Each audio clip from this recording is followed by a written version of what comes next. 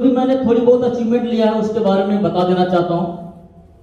दोस्तों, मेरा नाम राम अवतार चौहान, मैं बेसिकली गंभीरपुर के पास एक दयालपुर गांव है रानीपुर रजमू, मैं वहीं का रहने वाला हूं। और इस बिजनेस में आने से पहले मैं एक कोचिंग सेंटर का संचालक था और इस बिजनेस जब से आया तब से मैं उस कोचिंग सेंटर को बिल्कुल क्विट कर चुका हूं और एक पब्लिक स्कूल का भी मैं डायरेक्टर हूं। अभी सर ने भी बताया ये यूपी पीसीएल में बिजली विभाग में है। और आप लोगों को ये लगता होगा कि ये सब बिजनेस जो है फालतू लोगों का काम है। ये फालतू लोगों का काम नहीं है, बिल्कुल प्रोफेशनल काम है। यहाँ पे आपको डॉक्टर साहब, मास्टर साहब, इंजीनियर साहब, ढेर सारे आर्मी पर्सन भी आपको यहाँ से मिल जाएंगे।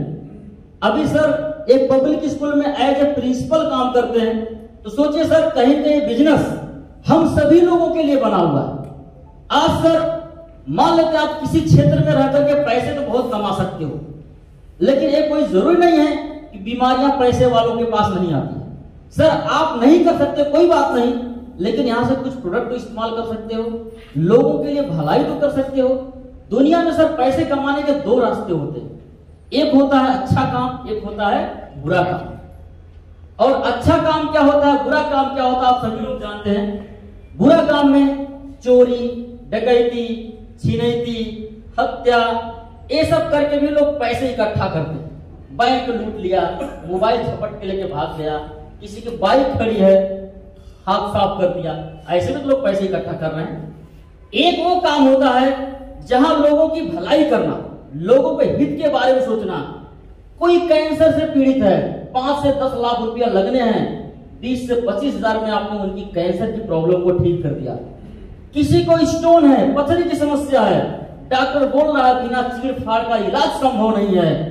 आज पित्त की थैली का भी पथरी हम लोगों ने गलाया है मात्र 35 दिन के अंदर। लोगों का भलाई कर करके, लोगों के लाखों रुपए लगने से बचा करके अगर हम पैसे कमा रहे हैं तो बोलो सर हम अच्छा काम कर रहे हैं या बुरा काम कर रहे हैं? अच्छा काम कर रहे हैं। और अच्छा काम करना चाहिए कि नहीं करना चाहिए? करना चाहिए। अगर हम अच्छा काम करके लोगों का भलाई करके पैसे कमा रहे हैं सर, इसमें गलत क्या है? इसमें हर किसी को इस बिजनेस को करना चाहिए। सर वही चीज मैं समझा इस बिजनेस को। इससे भी पहले मैंने कहीं कहीं किसी अदर कंपनी में काम कर रहे थे, मेहनत तो मैं बहुत करता था, लेकिन शायद उस प्लेटफॉर्म में उतनी दमदारी नहीं थी कि मैं वहां से अचीवमेंट नहीं ले पाया। सपने हमारे भी बड़े थे, लेकिन सर बताया जाता है ना, एक बार की जली बिल्ली माठा फूक कर पीती है, जिसको हम छाछ भी कहते हैं। एक बार की जली बिल्ली माठा फूक करके पीती है। हम लोग तो इंसान है सर। तो मैं जिन कंपनियों में फेल होकर के बैठा हुआ था, जब मेरे सामने प्लान आया तो मुझे लगा ये भी वही जोड़ने तोड़ने वाला प्लान है, ये भी उसी टाइप का है। मैं वहां कुछ नहीं किया। पिछले 10-15 सालों में मैंने अपना समय बर्बाद किया, पैसा बर्बाद किया। ऐसे यहाँ पे भी होगा। लेकिन जिस किसी ने अप्लाई ने जो मुझे फोन किया था, उन्होंने बताया सर यहाँ ऐसा बिल्कुल नहीं है, आप जहां थे शायद वो प्लेटफॉर्म गलत था, प्लेटफॉर्म की दमदारी है सर, हम यहाँ कुछ ऐसा जोड़ने तोड़ने काम नहीं करते, कोई जबरदस्ती नहीं। सर हम किसी की मदद तो कर सकते हैं, किसी को लाखों रुपए लगने से बचवा सकते हैं, किसी से आशीर्वाद ले सकते हैं। अगर ऐसा करके अगर 2 पैसे आ रहे हैं तो गलत क्या है? तो मेरे माइंड में क्लिक किया। फिर भी मुझे पूरा भरोसा नहीं हुआ, मैंने बोला चलो ठीक है। और फिर दोस्तों उसी दौरान कोरोना आ गया। उस कोरोना काल में मेरी जो कोचिंग चल रही थी, मेरे कोचिंग में 100-150 स्टूडेंट पढ़ते थे, मेरी वहां से 50-60 हजार रुपए की अर्निंग होती थी। कोरोना काल में मेरा पूरा बिजनेस ठप हो गया। और दोस्तों मैं बिल्कुल सोचो, मैं टेक्नोलॉजी का बड़ा शौकीन हूं। आज मैं 100 की बात करूं तो 100 मोबाइल चेंज किया हूं, 4 बाइक चेंज किया हूं, 10 लैपटॉप चेंज किया हूं। लेकिन सर कोरोना जैसे आया मेरी सारी शौक जीरो हो गई दोस्तों, क्योंकि उस समय हम घरों में कैद हो गए, इनकम का कोई सोर्स नहीं रहा।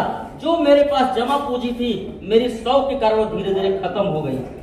और दोस्तों मैं बात करूं, फिर मैं अपने गार्जियन लोगों के यहाँ गया, जो मेरे स्टूडेंट थे उनसे मैं बताया कि पढ़ाई लिखाई बड़ी मूल्यवान चीज है, इसको ऐसे मत करो, घर में कैद रहोगे तो। क्योंकि भाई मैं उनको ऐसे इसलिए बोल रहा था क्योंकि 2 पैसे मुझे मिले। तो लोग बोलते नहीं सर लॉकडाउन लगा है, पुलिस वाले परेशान करेंगे। फिर भी मैंने लोगों को इकट्ठा करके अपने घर पे पढ़ाना चालू किया, और वाकई किसी ने बता दिया, पुलिस वहां पे पहुंच गई। लाठी डंडे लेकर के। बोले सर ये क्या कर रहे हो, आपके ऊपर FIR हो जाएगा। क्योंकि सर मेरी मजबूरी थी, मेरे पास कोई ऑप्शन नहीं था पैसे कमाने का।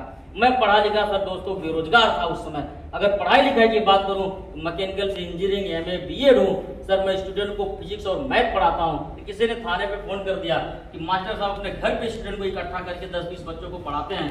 पुलिस वहां पे चली गई। फिर मैं बोला कि अब तो जाने दीजिए, बंद ही कर दीजिए। फिर मैं सोचा कि चलो होम ट्यूशन कराता हूँ। तो मैंने कुछ स्टूडेंट को तैयार किया, उनके गार्जियन से बात किया कि हम आपके घर पे आके पढ़ाएंगे, बच्चों के भविष्य की बात है। गार्जियन लोगों ने मना कर दिया, नहीं भैया घर पे भी नहीं आ रहा, कोरोना चल रहा है। सो सर जो इतने शौकीन आदमी हर 3 महीने 2 महीने मोबाइल चेंज करने वाले, लैपटॉप चेंज करने वाले, बाइक चेंज करने वाले, उसके ऊपर क्या बीतती रही होगी। मैं सोच करके भगवान से ही प्रार्थना करता था, भगवान कोई रास्ता दिखाओ, कोई रास्ता दिखाओ। नहीं तो सर कहीं कहीं ऐसी सिचुएशन में लोग डिप्रेशन में चले जाते हैं, यहाँ तक कि आत्महत्या तक भी प्रयास कर लेते हैं।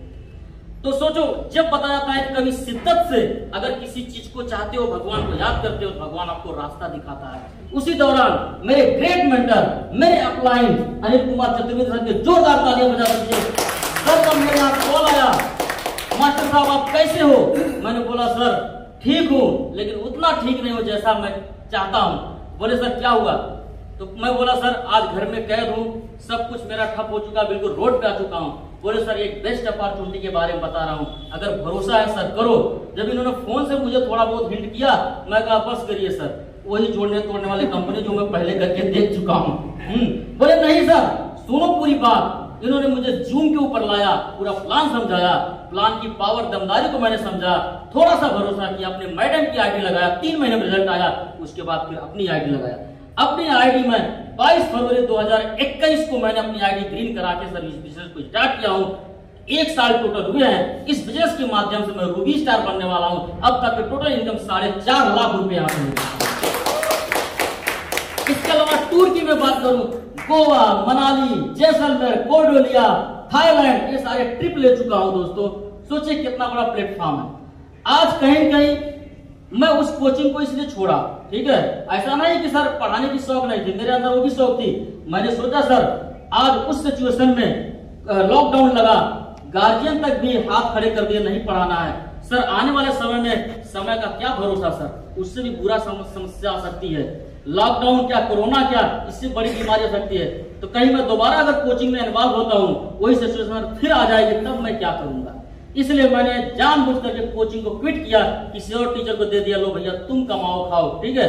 आज मैं एक नया बिजनेस स्टार्ट किया हूँ। आज मैं जितनी कोचिंग से इनकम कर रहा था सर, उससे ज्यादा इनकम यहाँ से कर रहा हूँ। मात्र 1 साल देखना दोस्तों, कोचिंग से जस्ट डबल इनकम यहाँ से इस सिस्टम के माध्यम से। कितना बड़ा सर ये दमदार प्लेटफॉर्म।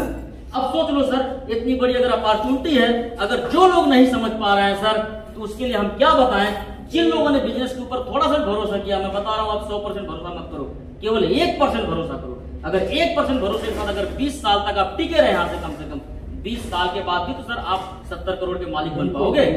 शायद अदर जगह पूरी जिंदगी पार हो जाएगी, 1 करोड़ रुपया कमाना मुश्किल होगा। यहाँ 20 साल के अंदर सर आप 70 से 100 करोड़ रुपया कमा सकते हैं। तो आप सभी लोग करने के लिए तैयार हैं?